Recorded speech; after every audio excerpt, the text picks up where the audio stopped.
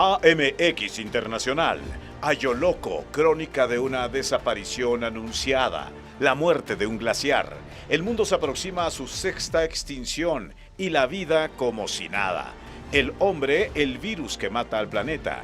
AMX Internacional, con el periodista José Luis Arévalo.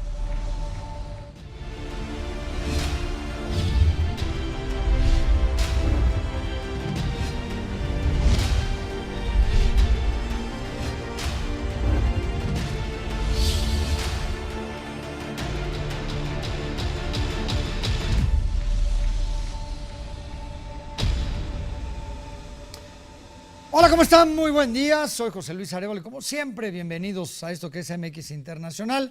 Nos da muchísimo gusto que nos permita llegar hasta usted en esta tarde de jueves. Gracias por su preferencia, gracias por su confianza y como todos los días también yo siempre digo, gracias a mis compañeros que son los que hacen posible que tengamos este programa que es cada día de mayor preferencia para usted. Créame, porque sé por qué se lo digo. Así que muchísimas gracias. Oiga, el programa del día de hoy, ya sabe que siempre este es el único programa de temas internacionales, pero que tienen generalmente una injerencia directa en el acontecer de nuestro país y, por supuesto, del Estado de México. Y hoy vamos a hablar de un tema que muchas veces a lo mejor lo hacemos a un lado, no forma parte de nuestras agendas.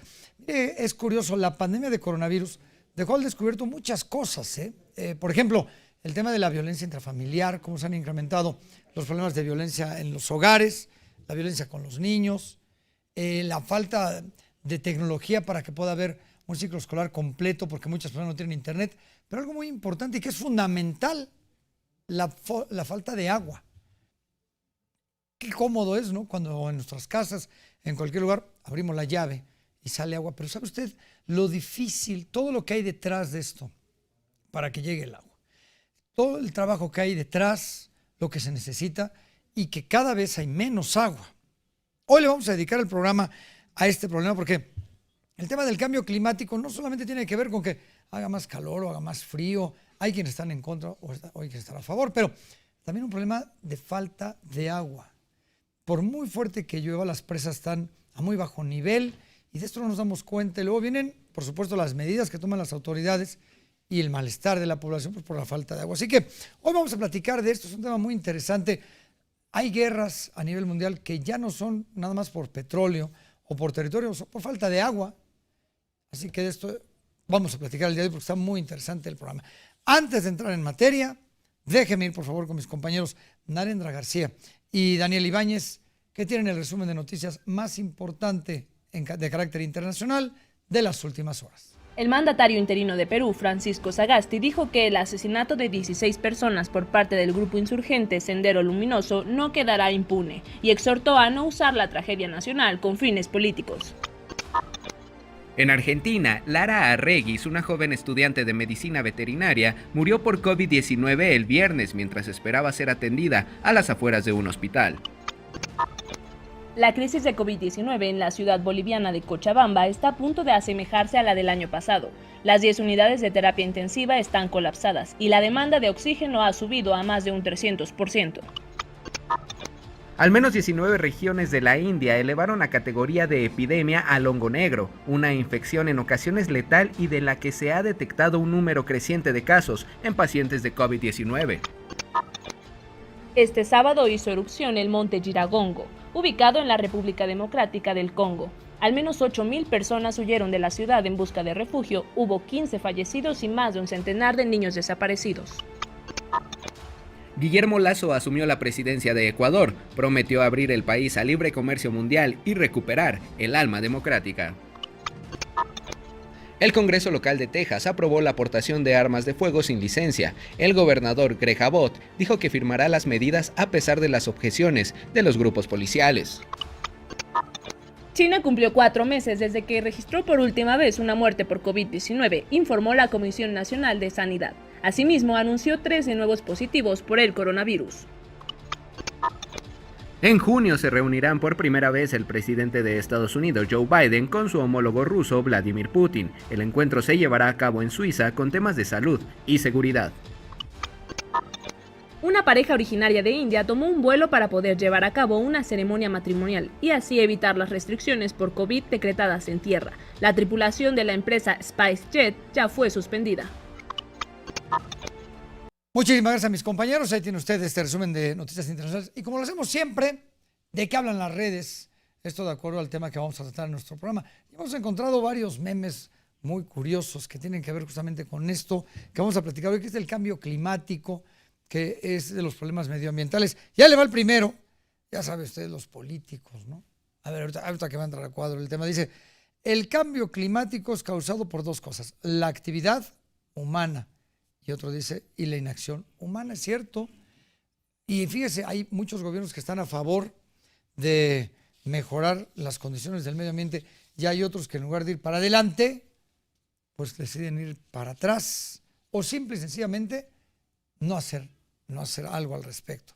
Ahí le va otro que encontramos que está también muy bueno. Dice, si los árboles dieran Wi-Fi, la mayoría los plantaría como locos. Lástima que sus productos, el oxígeno que respiramos, que solo producimos el oxígeno que respiramos. Ahí tiene usted. Extraordinario, ¿no? Una fotografía de alguna manifestación, muy bueno. El que sigue es clásico, ¿no? Porque siempre tenemos la mala costumbre de decir, oye, el clima está loco, ¿no? Porque hoy llueve, mañana no llueve, luego hace frío, luego hace calor. Y la frase típica, ¿no? Es de los abuelos, es que el clima está loco y el chavito le dice, sí, claro, el clima... Cuando tenemos una industria ahí terrible, la cantidad de emisiones que hay, la cantidad de gasolina que consumimos, de eso vamos a platicar el día de hoy, está muy bueno. Y bueno, pues antes de pasar a materia, ya sabe que también nos da mucho gusto presentarle un adelanto de lo que vamos a hablar la próxima semana para que usted esté pendiente y no se pierda el programa. La próxima semana hay dos temas también muy importantes que queremos tratar con usted.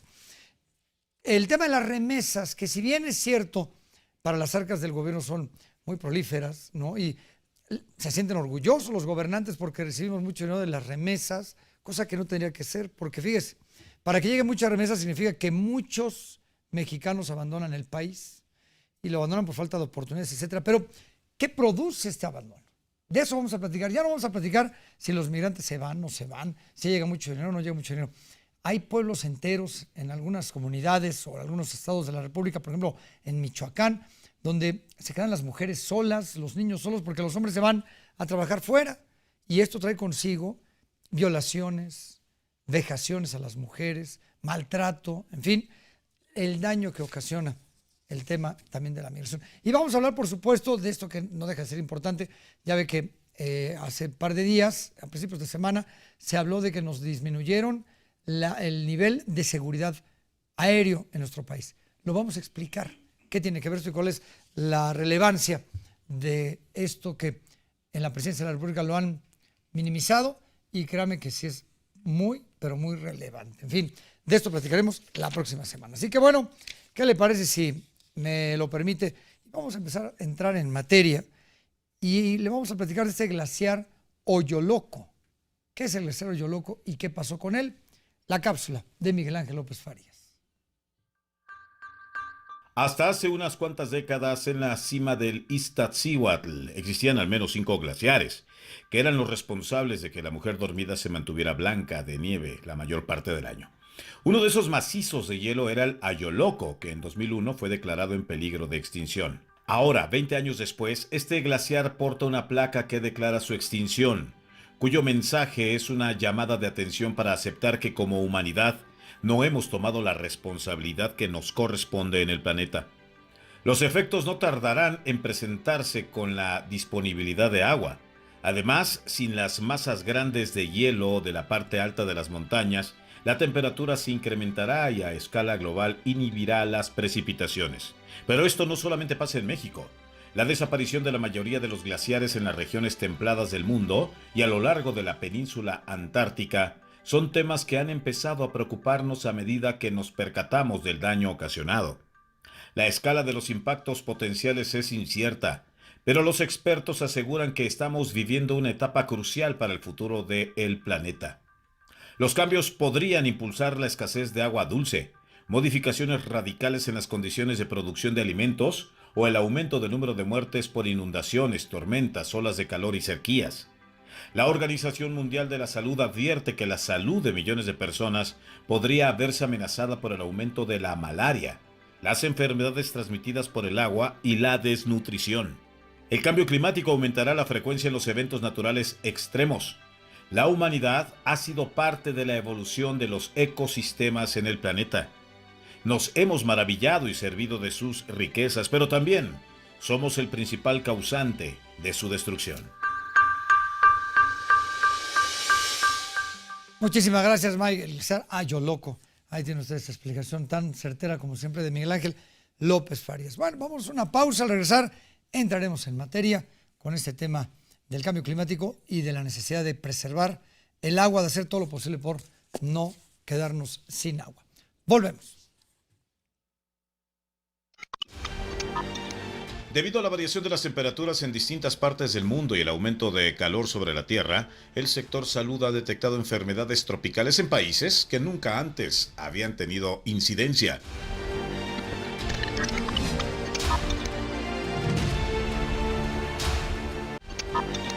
Se estima que cada persona gasta aproximadamente entre 95 y 195 litros de agua mientras se baña en un lapso de 5 minutos.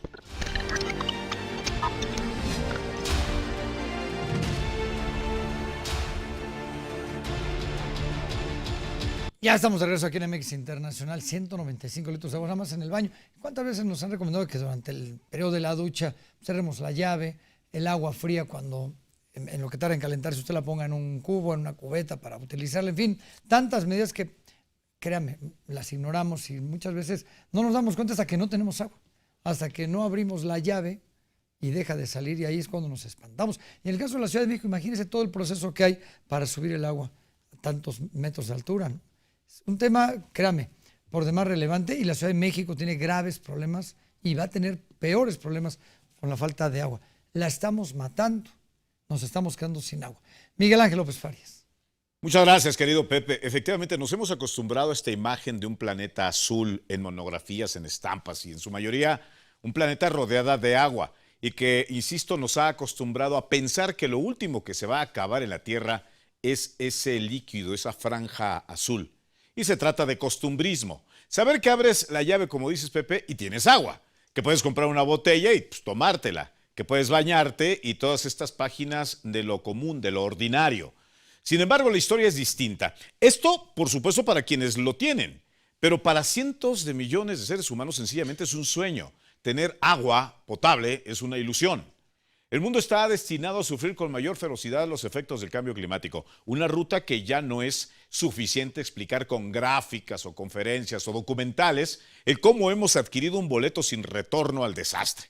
Porque si de algo debemos estar seguros, es que pagaremos muy caro el haber despreciado las señales de exterminio.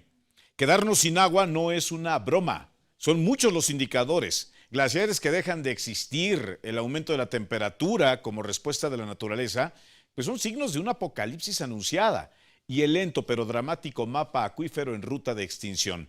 Digo, deberían mover al mundo entero en una lógica de defensa, de rescate, pero parece que nada es suficiente mientras las acciones sean tibias y egoístas. Hay que ser claros. Los seres humanos necesitamos agua potable para no morirnos. Agua, no tierra, agua, no petróleo. Agua para que el círculo de la alimentación se logre. Y de manera increíble, ese es el recurso que más desperdiciamos. Si creíamos que somos espectadores cuando en las noticias se habla del derretimiento de glaciares o que los ríos mueren, no, en realidad somos los principales actores de un final que nos hará gritar de dolor, tanto a nosotros como a nuestros hijos o a los nietos. Cuando nada crezca o que respire porque matamos el único recurso que provoca que la vida se dé, el agua, Pepe. Así es, Mike. Me encantan algunas de las frases que comentas ahí, que nos van a servir ahorita para la entrevista. Muchas gracias, Mike. Regresamos contigo al ratito. Me da muchísimo gusto, para mí es un honor para este programa que esté con nosotros el doctor Pedro Moctezuma Barragán. Él es investigador de la Universidad Autónoma Metropolitana, experto en temas justamente del medio ambiente. Doctor, qué gusto y le agradezco muchísimo este enlace. ¿Qué tal? Muy buenos días. Oiga, doctor, decía aquí Miguel Ángel algo muy importante. Necesitamos muchísima agua y es lo que más desperdiciamos, ¿no? Me encanta esta frase porque además ni siquiera hay una política pública que digan, oiga, a partir de ahora, digo, hay supuestos castigos, pero la gente desperdicia el agua y los gobiernos no hacen nada, ¿verdad? Efectivamente, lo que han señalado a lo largo de este programa es muy cierto. Estamos en una situación de alto riesgo, pero también esa situación nos ha movido a muchas mexicanas, mexicanos, y no de hoy, sino de tiempo atrás, a buscar una alternativa. Nosotros en los atlas municipales para la zona sureste del Estado de México, que publicamos en 1999, presentábamos ya este pronóstico y poníamos el foco rojo a partir de 2010. Estábamos en 1999. Bueno, estamos en 2021, ya estamos con el foco rojo y afortunadamente no nos toma poco preparados. Hay que decir que no solo hay que ver un escenario de guerra por el agua, sino también uno de consensos por el agua. Ahorita hay mucha sensibilidad y organización para presentar alternativas. Todo esto está incluso ya acuerpado en un dictamen de Ley General de Aguas, que podría ser aprobado en un periodo extraordinario en la legislatura 64. Y en esta ley precisamente se plantea darle la vuelta a esas prácticas que usted menciona que ya no son sustentables. Traer agua de muy lejos para desecharla, muy lejos también. Traer agua de muy profundo que causa hundimientos diferenciales, que causa ruptura de tuberías, contaminación, para evitar el uso natural del agua. ¿Cuál es la forma del ciclo del agua en la que nos vamos a basar en el siglo XXI? Pues es captar el agua dentro de las propias cuencas. La cuenca de México es generosa en su ciclo de lluvias en general. Ahorita estamos en una situación anormalmente seca. Sí.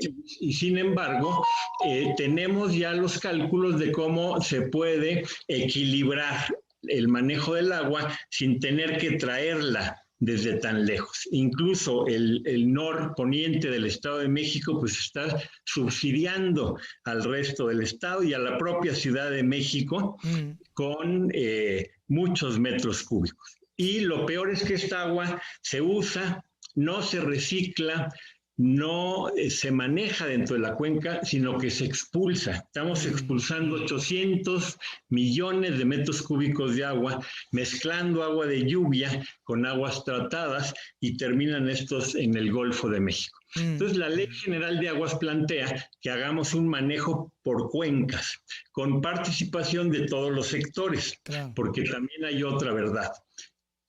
El desperdicio de agua a nivel doméstico, familiar, no es tan grave como el desperdicio que se da para la minería tóxica que contamina los cuerpos de agua, para el fracking que contamina los acuíferos. Oiga, doctor, perdón que lo interrumpa ahí. No es un problema, y no quiero justificarnos como mexicanos, pero es un problema exclusivo de México, porque también a nivel mundial hay guerras ya por un problema de agua. Yo me acuerdo, yo tuve la oportunidad de cubrir la guerra, fíjese, le hablo del año 2006 entre Líbano e Israel, y en la parte sur de Israel decían es que el problema es que aquí sí hay agua y por eso se lo pelean. Es un problema mundial, ¿verdad? Es un problema mundial que tiene que ver con este modo de producción que es muy extractivista, ¿sí? Y poco cuidadoso de los ciclos naturales, de los ciclos humanos. En Sudáfrica, por ejemplo, llegaron al día cero en Ciudad Cabo. Pero ahí es donde México podría dar el ejemplo de cómo le damos vuelta a una situación difícil. Claro. Y tenemos en todo el país buenas prácticas de rescate de manantiales, de rescate de canales, de limpieza de cuerpos de agua, y estas buenas prácticas empiezan a permear. Vamos a decir que hasta ayer no nos pelaban, éramos como buenos ejemplos para darle una brochada verde a la situación, pero actualmente ya los gobiernos y la sociedad se están dando cuenta que necesitan estas nuevas ideas que surgen de centros de investigación, universidades, muchas de las cuales están en el Estado de México. Nuestro Centro de Investigación para la Sustentabilidad está en Tlalmanalco, Estado de México, y desde ahí publicamos un libro, Repensar la Cuenca. Sí. autoría de Elena Burns, en donde se plantea cómo a 15 años se puede dar una alternativa a esta situación sin llegar al escenario tan grave que ustedes presentan y que es factible si nos quedamos mirando pasivos lo que la inercia nos trae. Oiga, esta pandemia nos ha dejado al descubierto muchas carencias que tenemos, aparte de tecnología, pero ahora es vital el agua porque hay que lavarse las manos constantemente y si los niños regresan o cuando regresen a las escuelas necesitan agua. Y hay escuelas que no tienen agua. Entonces sí tenemos un problema también de infraestructura nacional para poder proveer a muchas escuelas de entrada de agua. Eso es cierto. Escuelas e incluso clínicas rurales que no tienen agua en plena pandemia de COVID. Hay técnicas de captación de agua de lluvia en techos de escuelas, en techos de mercados, que pueden ayudar a mitigar esta situación, y también una política de redistribución de la infraestructura. De modo que el agua vaya no solo a donde están las grandes residencias, los grandes negocios, sino que sea parejo. Y eso lo plantea la Constitución. En su artículo 4, reformado en 2012, plantea que el agua tiene que ser de acceso equitativo para todas las mexicanas y mexicanos y sustentable, o sea, sin dañar el medio ambiente. Oiga, lo que es peor es que hay gente que dice, yo pago el agua y la puedo desperdiciar como quiera. Hay una falta de conciencia, ¿verdad, doctor? Sí, porque es un crimen desperdiciar el agua, ¿sí? Uno no puede pagar por hacer cosas incorrectas. Claro. ¿Qué nos hará tocar fondo, doctor? Nos queda aquí un minuto. O no llegaremos a tocar fondo y la gente diga, bueno, ya tenemos una conciencia para el cuidado del agua. Yo siento que la humanidad es canija, que sí necesita tocar fondo, y me parece que en estos días estamos tocando fondo. Yo siento que ya la situación es muy visible, todos estos incendios que se han dado en el país, en California, esta sequía extrema en el 85% del país, incluso en el Estado de México, pues vivimos esta sequía un poco más moderada. Sin embargo, el agua que nos viene de Michoacán, ahí está Cuenca Alta, ya está en una zona de sequía severa, y además se han aumentado otros usos que han hecho que las presas ya no se llenen. Creo que esto también ha preocupado a las autoridades. ¿Qué no decir de la pandemia?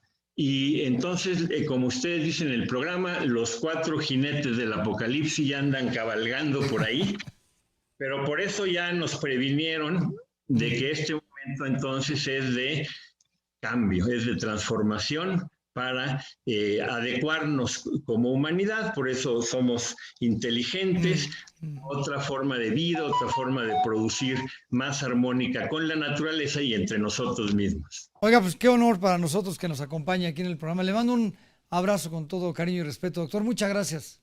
Gracias, y a su auditorio, y no perdamos la esperanza, hay mucho que hacer todavía. Claro que sí, doctor. Un fuerte abrazo, muchas gracias. Hasta pronto. Extraordinario punto de vista el doctor Pedro Moctezuma Barragán. Ya les decía, yo es el investigador de la Universidad Autónoma Metropolitana y experto en temas de protección del medio ambiente. Ahí está su punto de vista muy certero. Vamos a una pausa y regresamos con más de este tema del cambio climático y el cuidado del agua en México y a nivel mundial. Volvemos. De acuerdo con el documento de la Comisión Europea, China, Estados Unidos, India y Rusia son los países que más contaminan, pues emiten el 55% del CO2 mundial, mientras que México aporta el 1.2%.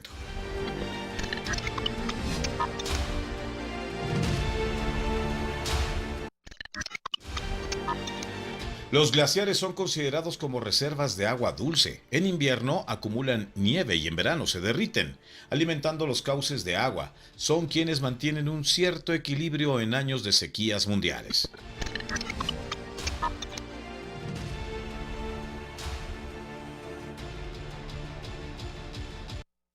Ya estamos aquí de regreso. Le voy a dar un dato por demás interesante.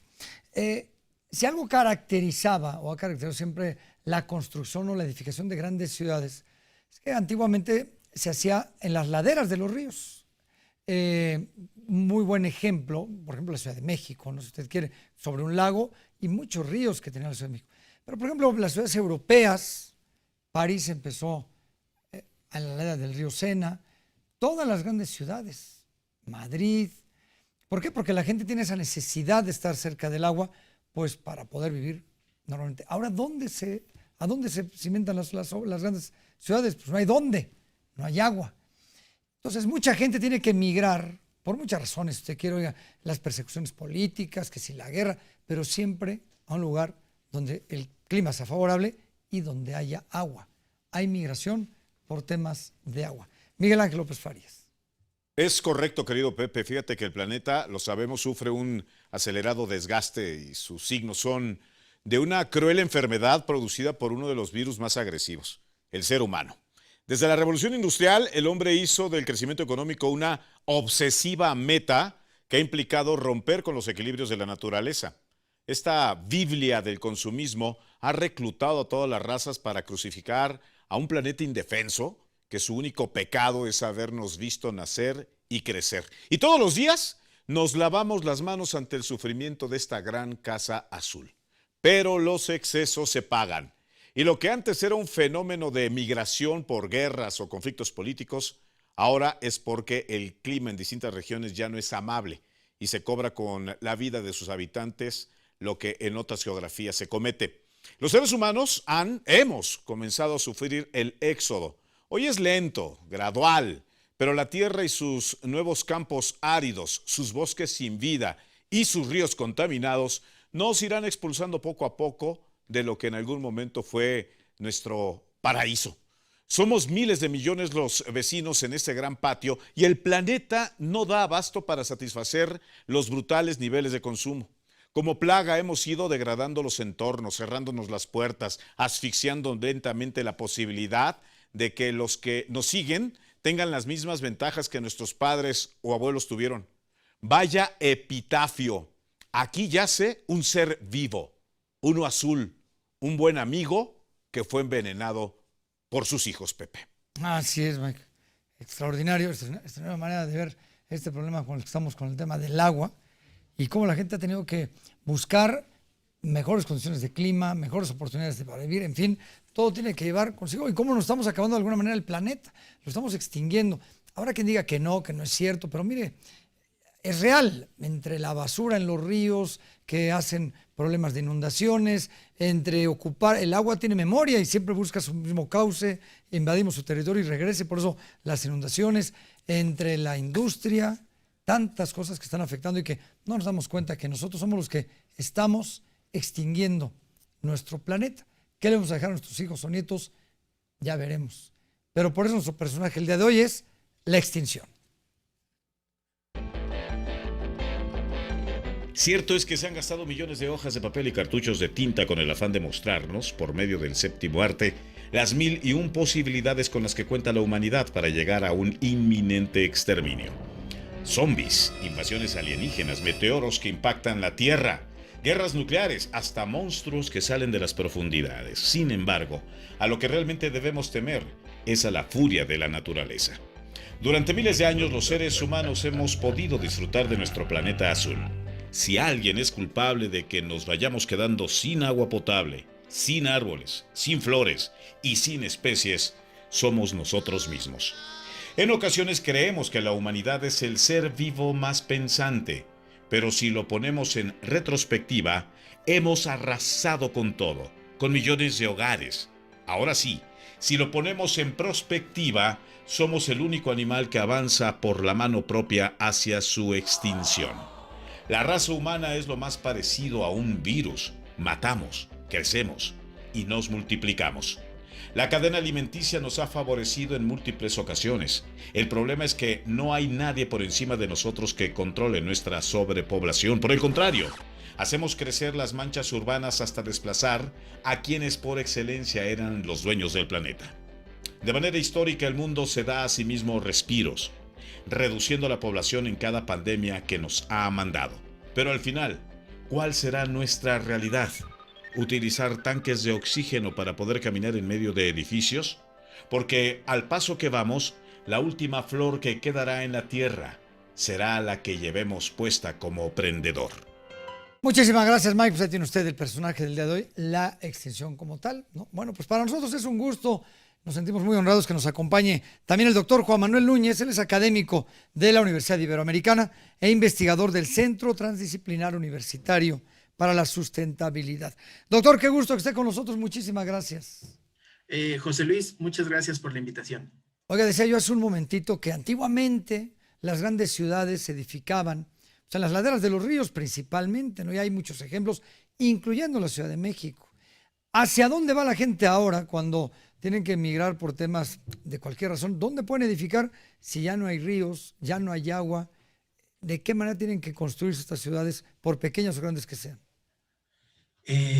Creo que es una gran pregunta y una gran reflexión, porque lo que lleva, digamos, a lo que lleva esa reflexión de por qué históricamente los asentamientos humanos están ligados al agua, tiene que ver un poco con la importancia del líquido y con el tipo de actividades que normalmente se desarrollan para, digamos, generar riqueza, alimentarse, incluso relacionarse, ¿no? Entonces, hay una relación muy importante entre las ciudades y las actividades humanas que se llevan a cabo, ¿no? Es decir, en principio, el problema que tenemos ahora de falta de agua, ¿no? Pues origina que esas ciudades, esos elementos que originalmente estaban en sitios donde tenían agua, ¿no? Pues ahora se vean forzados a migrar a otros sitios en búsqueda de ese líquido. Y por ejemplo, en el caso de la Ciudad de México, de toda esta parte de la capital, subir el agua a tantos metros crea una gran dificultad, ¿no? Entonces, ¿qué va a pasar con nosotros? Tendremos que ir acostumbrando a tener poca agua. Habrá políticas públicas que permitan que llegue más agua, y no solamente a la Ciudad de México, hay grandes urbes a nivel mundial que padecen de esto, ¿no? Sí, creo que, digamos que vamos a empezar a ver de aquí a los siguientes años, entre 2030 y 2050, probablemente esto que tú mencionas, es decir, políticas cada vez más restrictivas de uso de agua, es decir, racionar el agua, sí cosas que tienen que ver con nuevas tecnologías, estas ideas de cosechar nuestra propia agua, de aumentar la capacidad de reciclarla, de reutilizarla, pero yo creo que al final de pues, mediados de este siglo empezaremos a ver políticas más intensas que tendrán que ver con, primero, antes yo creo que racionar el agua, tendremos políticas de incremento del valor del agua, que probablemente no sea un asunto menor, ¿no? Es decir, el agua en México y en general en el mundo es muy económica por la distribución. Y eso hace que, pues en efecto, tengamos problemas de distribución. Todo el mundo sabemos de los problemas que tiene nuestra red de distribución de agua en la ciudad, y bueno, eso es porque el agua en realidad es muy barata, digamos. Entonces, yo creo que antes de las restricciones muy intensas, veremos más bien políticas de incremento del agua y los costos políticos que ello tenga. Porque además la compra de una pipa generalmente pues no es ni siquiera muy cara, ¿no? Y además ahorita que decía doctor, el tema de la política, estamos en plena época electoral, yo no he escuchado a ningún candidato de ningún lugar, y creo que no, ese programa es internacional, pero hablando del tema de México o hablando de otros lugares, tampoco escuché nunca a Biden hablando del tema del agua, ¿no? En su campaña, ni en México ni en el mundo, como que no es un tema relevante cuando tendría que serlo por la importancia que tiene el agua, ¿no? Sí, y probablemente su importancia tenga que ver mucho con la manera en que se implica con otros temas, ¿no? Por ejemplo, en el caso de la migración, ¿no? Es decir, es difícil poder ver exactamente un proceso de migración que sea disparado completa y absolutamente por cuestiones, por ejemplo, de cambio climático, ¿no? En Medio Oriente, en el norte de África hay, digamos, migraciones, pero también tiene que ver con la violencia, ¿no? En Centroamérica hay un problema grave, digamos, de escasez de agua por una sequía que se ha ido cada vez incrementando mayormente, pero, digamos, también hay un tema ahí de violencia, de falta de oportunidades, que, digamos, difícilmente lo pone en la política. Entonces, creo que el tema del agua siempre está ahí, pero más bien está en relación con otros temas, ¿no? Con el de la migración, con el de la pobreza. Ahora, por ejemplo, que estamos hablando de regresar a las escuelas, ¿no? Pues que las escuelas tengan disponibilidad de agua, ¿no? Es decir, el agua siempre está como un tema vital, pero no necesariamente siempre aparece como un tema solo. Y yo creo que abordarlo en estas, digamos, relaciones con otras problemáticas es quizá lo más importante, porque tal cual no vamos a resolver el problema del agua si antes no resolvemos otros muchos problemas. Decía yo hace un momentito en la entrevista anterior, también me permito preguntarle a usted, y lo mencionaba usted con el tema de la pandemia, pareciera que con la vacunación ya resolvemos la necesidad de que los niños regresen a las aulas, ¿no? Y tenemos, y es la misma pregunta que hice en la entrevista anterior, y me permito hacérsela a usted para conocer su punto de vista, un grave problema es que hay muchas escuelas que no tienen agua y entonces la vacuna no es lo que va a resolver el nivel de contagios, ¿no? Se necesita agua y creo que tampoco se está trabajando en eso. Sí, tenemos un déficit de infraestructura escolar grande, grande en el sentido de varias, digamos, escuelas, como tú decías, no tienen infraestructura adecuada de agua o no tienen una infraestructura de sanitarios adecuado, ¿no? Es decir, un poco el agua en relación a tener condiciones adecuadas de sanitización, de higiene, ¿no? Creo que ese es un poco el tema con varias escuelas en el entorno de lo rural y en algunos casos también en las periferias de lo urbano. Entonces, sí creo que con este regreso a clases debería de hacerse más visible un fortalecimiento de esta infraestructura escolar. En el tema del agua, en el tema de ventilación, en el tema de espacios adecuados, es decir, no solamente es el agua otra vez como un tema, ¿no? En este caso sería la infraestructura escolar, ¿no? En donde el agua es un tema importante para la higiene. Pues doctor, ¿sabe qué gusto nos da que ha estado con nosotros? Le mando un muy fuerte abrazo. Muchísimas gracias por este enlace. Al contrario, José Luis, mucho gusto y saludos a la audiencia. Qué amable, doctor. Muchísimas gracias. Es el doctor Juan Manuel Núñez, académico de la Universidad Iberoamericana. Bueno, pues ahí tiene el tema de la sustentabilidad, lo importante que es el agua, y de ahí el motivo de este programa para que hagamos mayor conciencia, de algo que necesitamos ahorita todos los días, constantemente. ¿Cuántas veces, lo dejo yo aquí sobre la mesa antes de irme a corte, cuántas veces se lava usted las manos ahorita y cuántas veces se las lavaba antes de la pandemia? Oye, que tengo gel antibacterial, sí, pero hay que estárselas lavando constantemente. Corte, volvemos. El índice de rendimiento ambiental muestra que los 5 países con mayor enfoque y desarrollo ecológico del mundo son Suiza, Francia, Dinamarca, Malta y Suecia.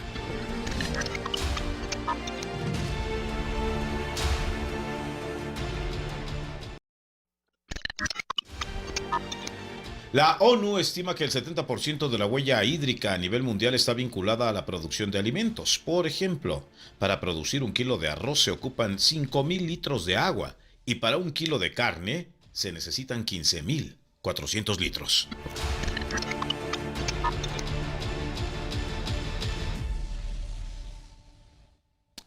Ya estamos aquí de regreso en nuestro último bloque del programa del día de hoy.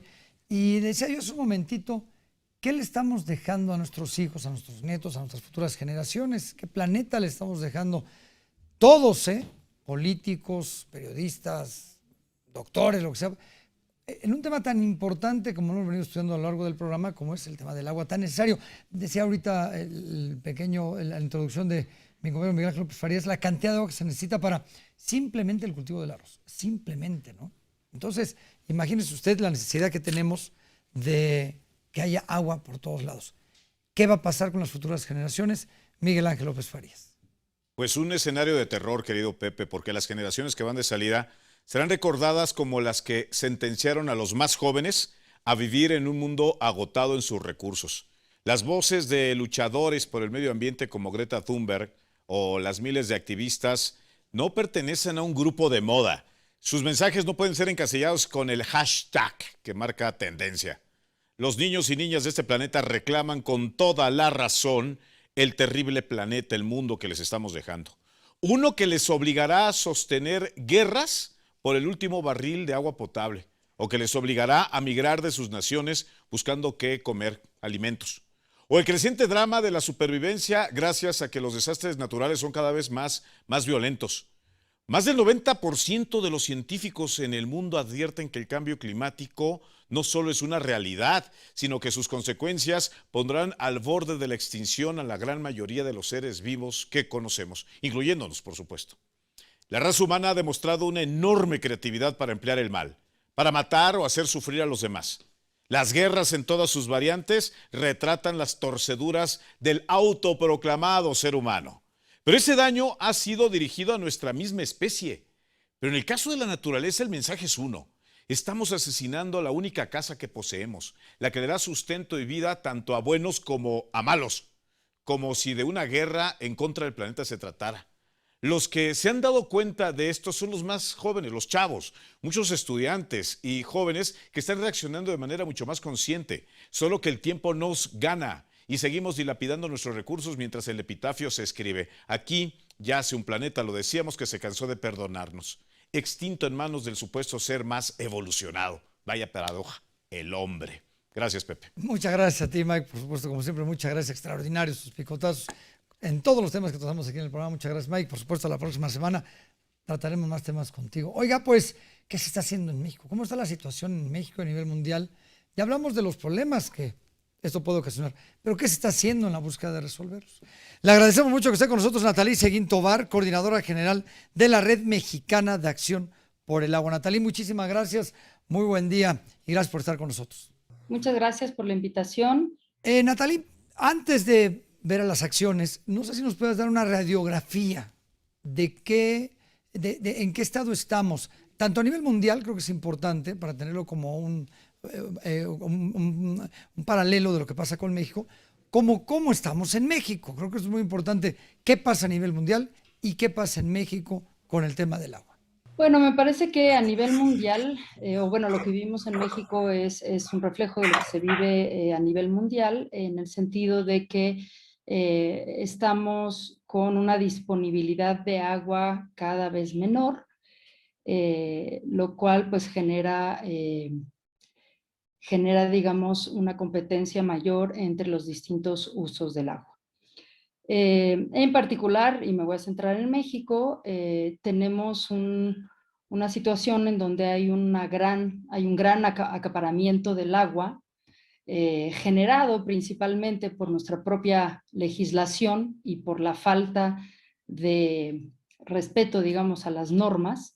Se ha generado una gran concentración y acaparamiento de agua, por un lado, ¿no? Tenemos 3.304 grandes usuarios privados, ¿no?, a los que la Comisión Nacional del Agua ha otorgado concesiones para extraer aproximadamente 1 millón de metros cúbicos o más al año, ¿no? Entonces tenemos una gran concentración y acaparamiento del agua por un lado, y por el otro lado tenemos una contaminación del agua extremadamente grave por una falta de cumplimiento de la normativa que genera una contaminación muy grave en todos nuestros cuerpos de agua, entendiendo como ríos, lagos, lagunas, zonas costeras, ¿no? Porque se ha tomado todos estos cuerpos de agua como el punto para verter el agua, pero con grados graves de contaminación. Entonces, estos son, digamos, las dos situaciones que generan que en México pues haya disminuido ampliamente la disponibilidad del agua, porque hay que entender que la disponibilidad del agua, estamos hablando de disponibilidad de agua adecuada para el uso humano y para incluso el uso agrícola, pero depende mucho de la calidad de agua cuando hablamos de disponibilidad, ¿no?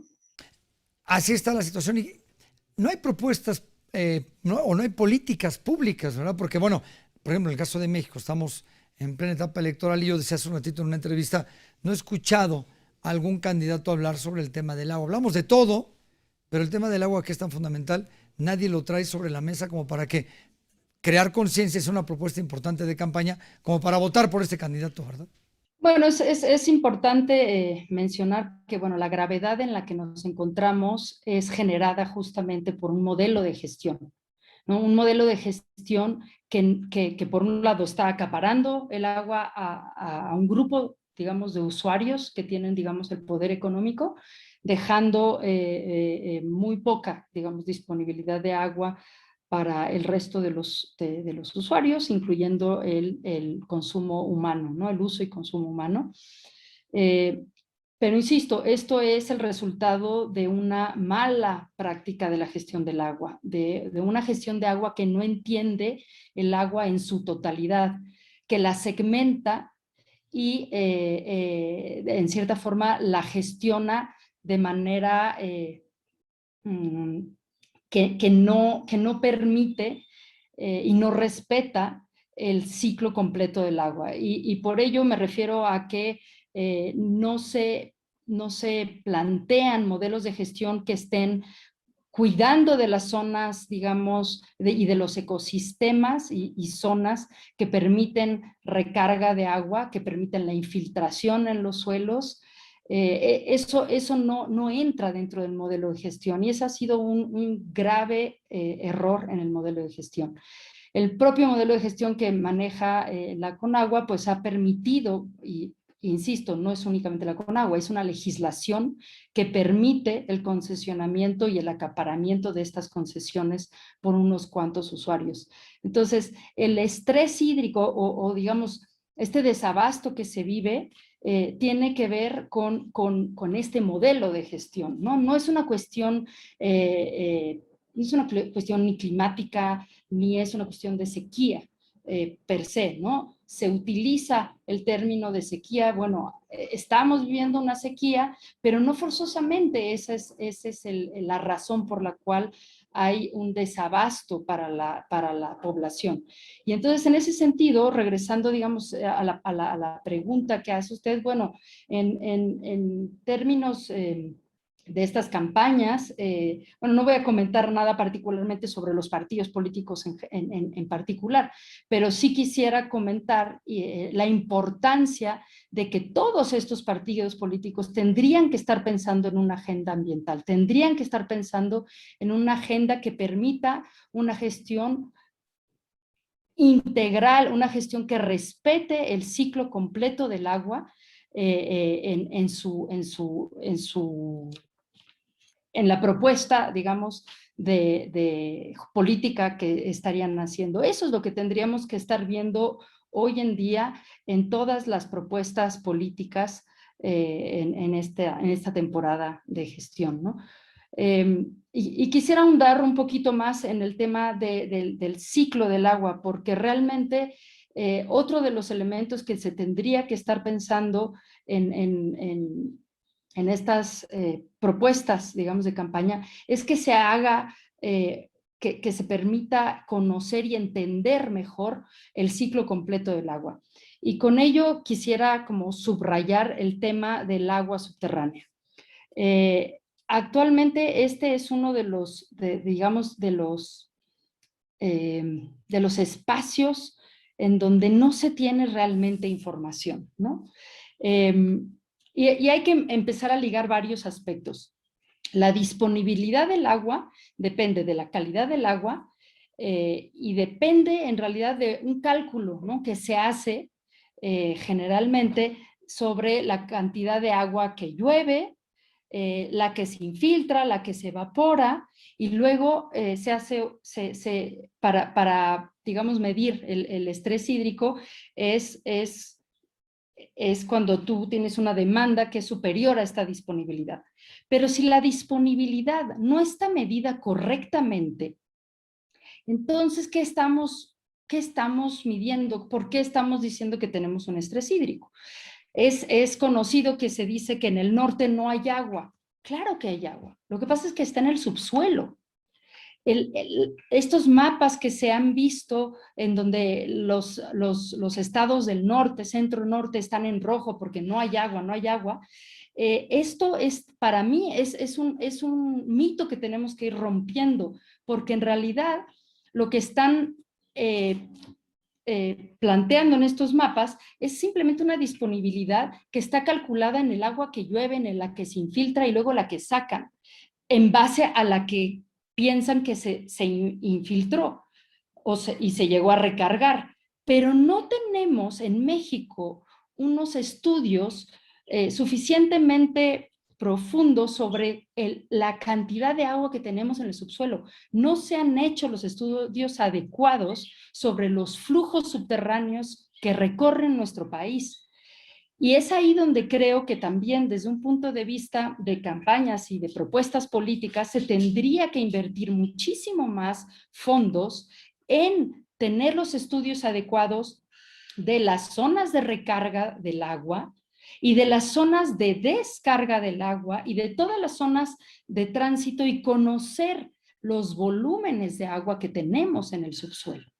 No es gratuito que se vienen unas empresas altas consumidoras de agua a instalarse justo en la frontera norte, como si no, o sea, en zonas donde nos dicen que no hay agua.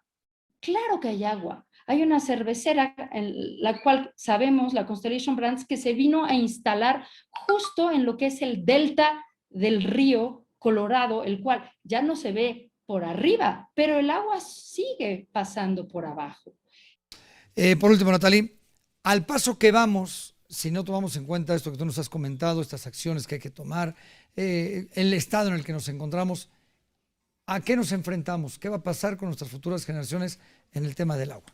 Bueno, lo que van a enfrentar las futuras generaciones depende mucho de lo que hagamos nosotros hoy en nuestro cotidiano, ¿no? Y en ese sentido es importante que como ciudadanos nos informemos y no nos vayamos con cualquier